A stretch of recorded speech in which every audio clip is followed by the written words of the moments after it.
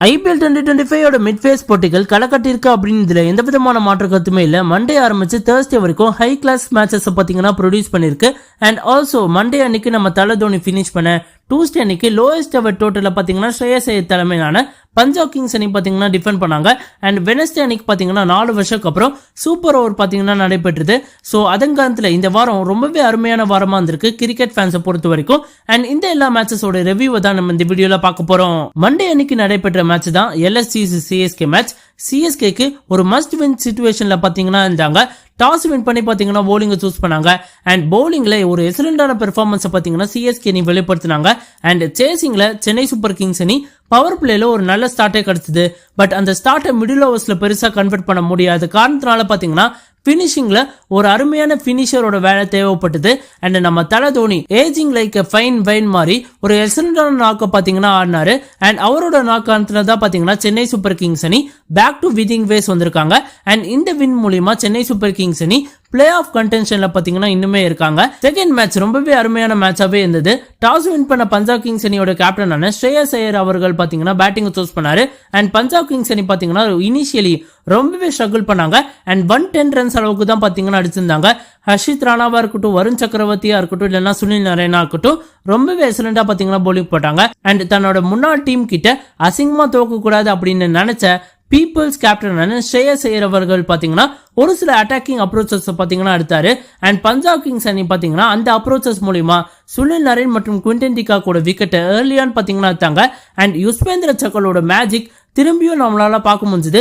ஒரு சில மேட்சஸா பாத்தீங்கன்னா யுஸ்வேந்திர சகல் அவ்வளவு நல்ல ஃபார்ம்ல இல்ல. பட் இந்த மேட்ச்ல ரொம்பவே அருமையா போட்டாரு. ரிங்கு சிங்குக்கு போட்ட பால் எல்லாம் பாத்தீங்கன்னா ரொம்பவே அவுட்ஸ்டாண்டிங்கா இருந்தது. அண்ட் யுஸ்வேந்திர சகலோட பியூட்டிஃபுல்லான போலிங்கா இருக்கட்டும், இல்லைன்னா மார்கோ யான்சனோட ஆண்ட்ரே ரசல் விக்கெட்டா இருக்கட்டும், எல்லாமே பாத்தீங்கன்னா அருமையா அமைஞ்சது. அண்ட் அதன் காரணத்துல ஸ்ரேயஸ் ஐயர் பாத்தீங்கன்னா தன்னோட ஃபார்மர் டீமான KKR ஒரு எம்பரேஸ்மெண்ட்டுக்கு பாத்தீங்கன்னா தள்ளி இருக்காரு. இந்த வாரத்தோட third match Delhi Capitals Rajasthan Royals மேட்சா தான் இருந்தது. அண்ட் டாஸ் வின் பண்ண ராஜஸ்தான் ராயல்ஸ் அணியோட கேப்டனான சஞ்சு சாம்சன் அவர்கள் போலிங் சூஸ் பண்ணாரு. ஏன் சூஸ் பண்ணாரு அப்படின்னு தெரியவில்லை. பிகாஸ் டெல்லியில மோஸ்டா பேட்டிங் ஃபர்ஸ்ட் பண்ற டீம் தான் பாத்தீங்கன்னா வின் பண்றாங்க. சோ அதன் காரணத்துல இந்த டிசிஷன் பாத்தீங்கன்னா ரொம்பவே கான்ட்ராஸ்டிங் அந்த மாதிரி இருந்தது.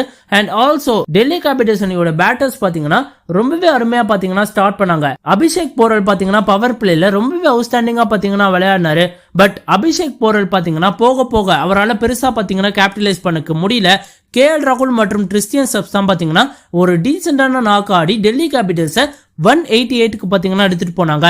அண்ட் சேசிங்ல ஒரு டைம்ல ராஜஸ்தான் ராயல்ஸ் அணி க்ரூஸ் பண்ணிட்டு இருந்தாங்க. பட் அந்த சிச்சுவேஷன்ல மிச்சல் ஸ்டார்க் வந்து ரொம்பவே எக்ஸலண்டா போலிங் போட்ட காரணத்தினால பாத்தீங்கன்னா டெல்லி கேபிட்டல்ஸ் அணிக்கு திரும்பி மேட்ச் கூட வர்றதுக்கான ஆப்பர்ச்சுனிட்டி கிடைச்சது. அண்ட் அதை பாத்தீங்கன்னா கரெக்டா பாத்தீங்கன்னா டெல்லி கேபிட்டல்ஸ் அணி யூஸ் பண்ணாங்க with help of Mitchell Starc. And Mitchell ஸ்டார்க்கோட போலிங்ல ஷிம்ரன் ஹெட்மயர் ரொம்பவே ஸ்ட்ரகிள் பண்ணிட்டு இருந்தாரு.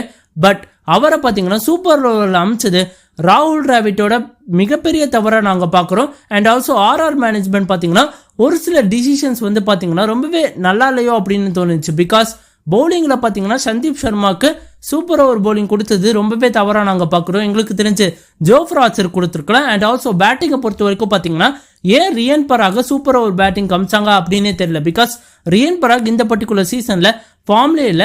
அண்ட் இந்த பர்டிகுலர் மேட்ச்ல ஃபார்ம்ல இருக்கிற SSV ஜெய்ஸ்வால் மற்றும் நிதிஷ் ராணா தான் பாத்தீங்கன்னா சூப்பர் ஓவர் பேட்டிங்ல வந்திருக்கணும். பட் அவங்க வராதது ரொம்பவே தவறா நாங்க பாக்குறோம்.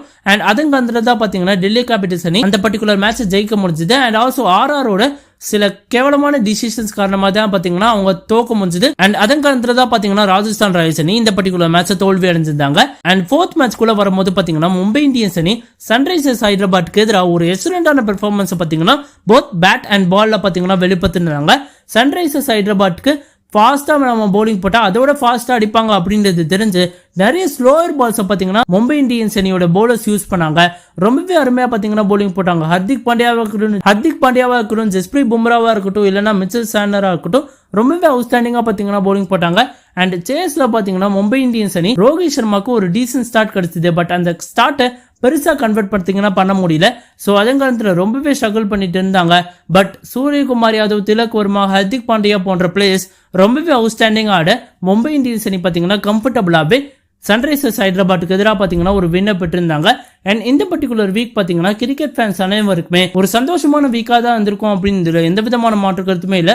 குவாலிட்டி ஆஃப் கிரிக்கெட் பார்த்தீங்கன்னா நிச்சயமா அதிகரிச்சிருக்கு அப்படின்றதுல எந்த விதமான மாற்று கருத்துமே இல்லை.